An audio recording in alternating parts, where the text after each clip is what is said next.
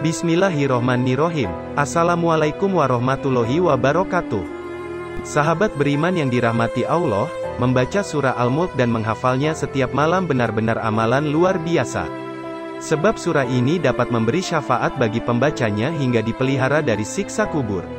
Di dalam hadis Abu Hurairah, Rasulullah bersabda, sesungguhnya di dalam Al-Quran terdapat suatu surah berisikan 30 ayat dapat memberi syafaat bagi pembacanya hingga ia mendapat ampunan, yaitu Tabarakal Lazi Biyadihil Mulk. Dikisahkan, ada seorang laki-laki selamat dari siksa kubur berkat membaca surah Al-Mulk. Kisah ini diriwayatkan dari sahabat Anas bin Malik. Rasulullah bersabda, sesungguhnya ada seorang lelaki dari kalangan umat sebelum kalian meninggal dunia, sedangkan tiada sesuatu pun dari kitabullah yang dihafalnya selain dari Tabarok atau surah Al-Mulk. Ketika lelaki itu diletakkan di dalam kuburnya, malaikat penanya datang. Maka surat Tabarak menghalang-halanginya sehingga malaikat itu berkata, sesungguhnya engkau adalah salah satu dari kitabullah, dan aku tidak suka membuatmu tidak senang.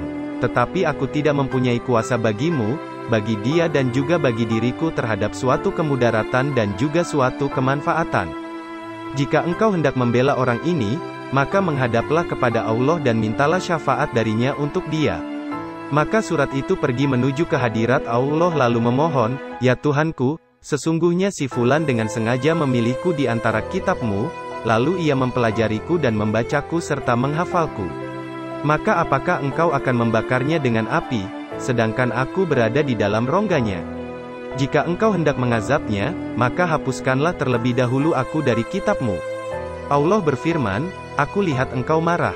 Surah itu menjawab, sudah seharusnya aku marah. Maka Allah berfirman, sekarang pergilah kamu, sesungguhnya aku telah menyerahkannya kepadamu dan aku memberi izin kepadamu untuk memberi syafaat buatnya. Maka surah itu kembali dan mengusir malaikat penanya. Lalu lelaki itu bangkit dalam keadaan senang hati tanpa mengalami suatu siksaan pun dari malaikat tersebut. Lalu surat itu meletakkan mulutnya ke mulut lelaki itu dan berkata, selamat datang dengan mulut ini, barangkali mulut ini sering digunakan untuk membacaku, dan selamat datang dengan dada ini, barangkali dada ini dipakai untuk memuatku, dan selamat datang dengan kedua kaki ini, barangkali ia dipakai untuk berdiri membacaku. Surah itu menghiburnya di dalam kuburnya karena merasa khawatir bila ia kesepian dan merasa takut.